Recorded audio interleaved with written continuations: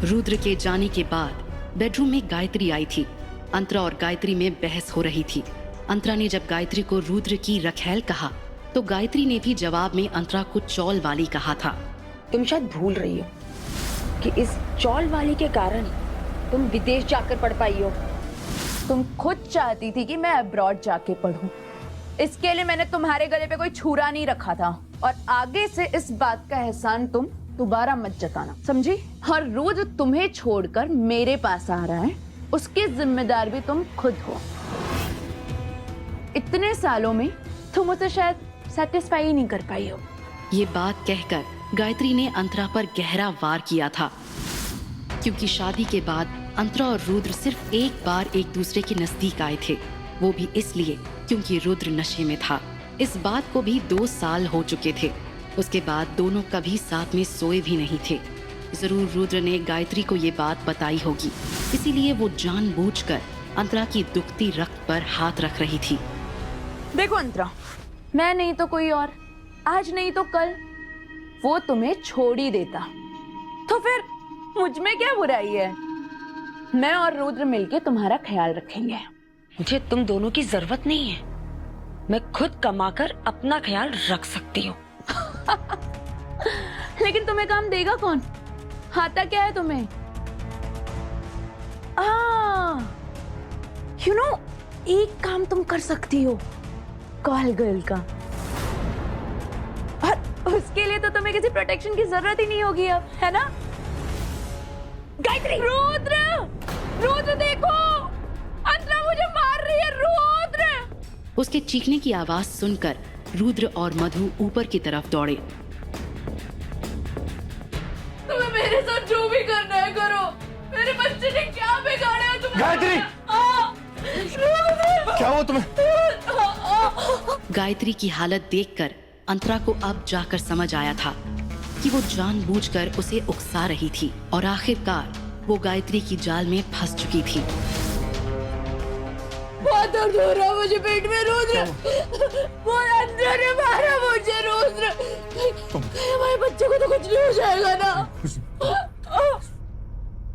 कमीनी, तेरी इतनी हिम्मत! तूने आहूजा खानदान के होने वाले वारिस को नुकसान पहुंचाने की कोशिश की। ये कहते हुए मधु ने अंतरा को 2 थप्पड़ लगा दिए। रुद्र, बहुत दर्द हो रहा है मुझे। हमें से हॉस्पिटल लेके जाना होगा। मैं बिल्कुल रिस्क नहीं ले सकता। मैं एम्बुलेंस को कॉल करती हूँ। अगर मेरे होने वाले बच्चों को कुछ भी हुआ ना, मैं तुम्हें छोड़ूंगा नहीं। रुद्र, गायत्री को कुछ ही नहीं होगा रुद्र, क्योंकि मैंने उसे हाथ भी नहीं लगाया है। लेकिन तुम्हें मेरी बात पर भरोसा कहाँ होगा? भरोसा करने लायक तुमने कुछ छोड़ा है? हाँ?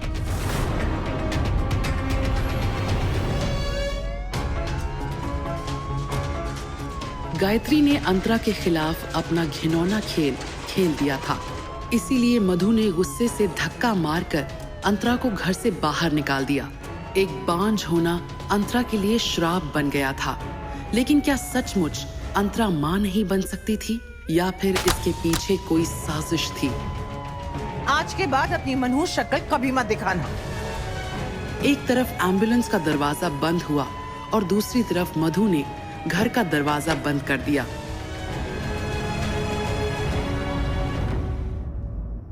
वो धीरे धीरे अपना बिखरा हुआ सामान बटोरने लगी। वैसे तो अंतरा के पास ज्यादा सामान था ही नहीं। थोड़े बहुत कपड़े थे और वो भी पुराने।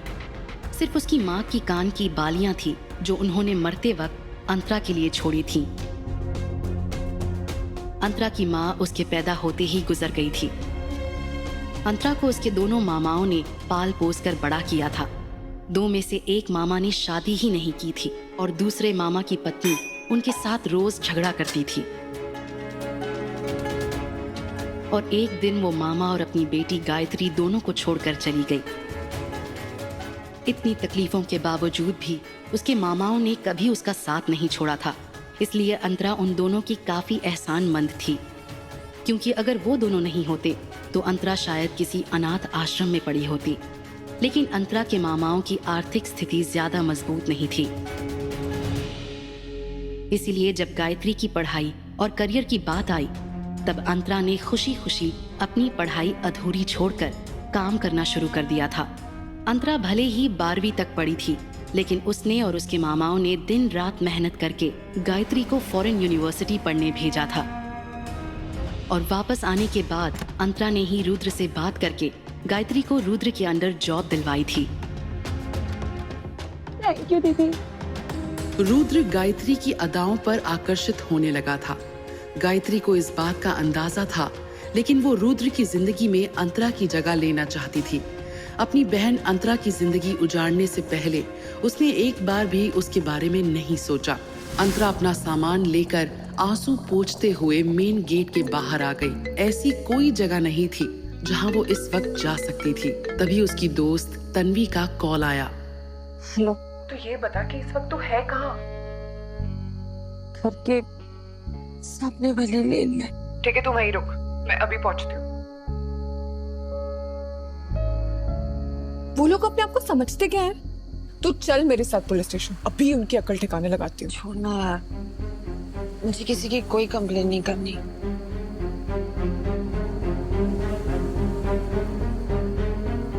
मैंने तुझे कितना समझाया था कि रुद्र तेरे लिए ठीक नहीं है, लेकिन तू है कि मानी नहीं और उससे शादी कर ली।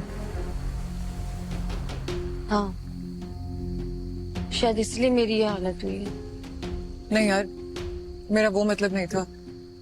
मैं जानती हूँ कि तू मेरे लिए गलत नहीं सोच सकती,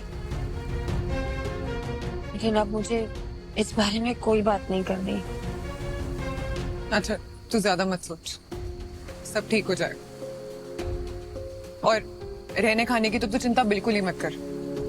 तू मेरे साथ मेरे घर पे रही, ठीक है? कितने दिन रहूंगी तेरे घर बता? क्या फर्क पड़ता है, कितने भी दिन हो जाए, जब तेरे रहने का इंतजाम हो जाए तब चली जाना। मुझे पता है कि तू मेरी केयर करती है, और तू जो भी कह रही है ना वो दिल से कह रही है, लेकिन मैं तेरे घर नहीं रुक सकती। और तू टेंशन मत ले, मैं देख लूंगी अपना। अच्छा, वो सब बाद में डिस्कस कर। तूने कुछ खाया?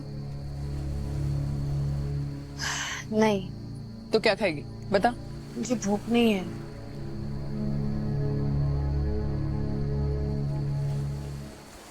मुझे ड्रिंक करना है। अच्छा ठीक है, लेकिन थोड़ी सी, हाँ? और उसके बाद तुझे कुछ खाना पड़े, ठीक है? तो चल फिर। अंतरा और तन्वी जैसे ही एक 5 स्टार होटल के क्लब में घुसे, वहाँ का बारटेंडर उसे देखने लगा। ऐसा लग रहा था जैसे उसे उनके आने की खबर पहले ही मिल चुकी थी। उसने अपने फोन से किसी को फोन किया। तन्वी इस होटल में अक्सर आती जाती थी, इसीलिए वो अंतरा को अपने रेगुलर टेबल पर ले गई। अंतरा ने वाइन की बोतल उठा ली और सीधे उसी से वाइन पीने लगी। यार क्या कर रही है? मैंने तुझे पहले ही बोला था कि तू कम पिएगी। वैसे ही तू ड्रिंक नहीं करती है, इससे तुझे हजम भी नहीं होगी यार। छोड़ इसको। मैं ठीक हूँ, आज मुझे पीने थे। उसने ये कह तो दिया था, लेकिन उसकी कत्थई आंखों से फिर से आंसू की धार बहने लगी। कुछ ही देर में अंतरा को नशा चढ़ने लगा। तन्वी के पापा बहुत बड़े बिजनेसमैन थे, इसीलिए उनकी कंपनी के नाम एक स्वीट हमेशा होटल ओशन स्टार में रिजर्व्ड रहता था। बस कर यार, अभी हो गया।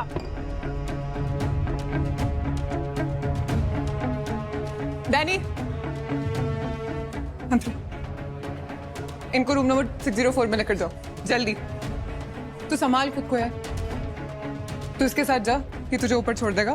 वहां पे मेरा वेट करना, ठीक है? मैं भी एटीएम से कैश निकाल के ला रही हूँ, और तेरे लिए एस्पिरिन भी ले आऊंगी। तुझे लगता है हैंगओवर होने वाला है? तू जा आराम से। अंतरा को नशे में बिल्कुल भी होश नहीं था, इसीलिए वेटर के सहारे वो क्लब से बाहर स्वीट रूम की तरफ निकल जाती है। तन्वी भी वहाँ से बाहर निकली। वो बारटेंडर तन्वी को बाहर जाते देख रहा था। अंतरा उस रात पूरी तरह से नशे में डूब चुकी थी। उसके कदम लड़खड़ा रहे थे। उसे कभी धुंधला दिखाई दे रहा था तो कभी थोड़ा साफ। वेटर उसे कमरे में छोड़कर चला जाता है। कमरे में बहुत कम रोशनी थी और अब तक अंतरा को फुल ऑन नशा चढ़ चुका था। अंतरा ने जैसे ही उस अंधेरे कमरे में नजर घुमाई तो अचानक से उसे बेड के किनारे पर रुद्र जैसा कोई बैठा दिखाई दिया। उसे लगा कि वो रुद्र ही है। ये देखकर उसके चेहरे पर मुस्कान आ गई अंतरा धीरे से उसके करीब बढ़ी।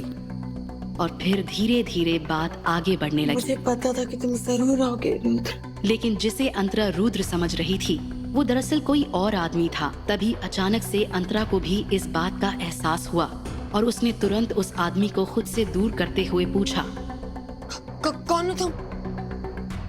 मेरे कमरे में क्या कर रहे हो? वो अनजान शख्स अंतरा के सामने आया और उसने अंतरा के कानों में कुछ कहा, जिसे सुनकर अंतरा बेहोश हो गई। कौन था वो आदमी? कहीं अंतरा किसी बड़ी मुसीबत में तो नहीं फंस गई? जानने के लिए सुनते रहिए मिस्टर शैडो, सिर्फ पॉकेट एफएम पर। मिस्टर शैडो के सारे एपिसोड्स को सुनने के लिए डिस्क्रिप्शन में दी लिंक से डाउनलोड करें पॉकेट एफएम ऐप।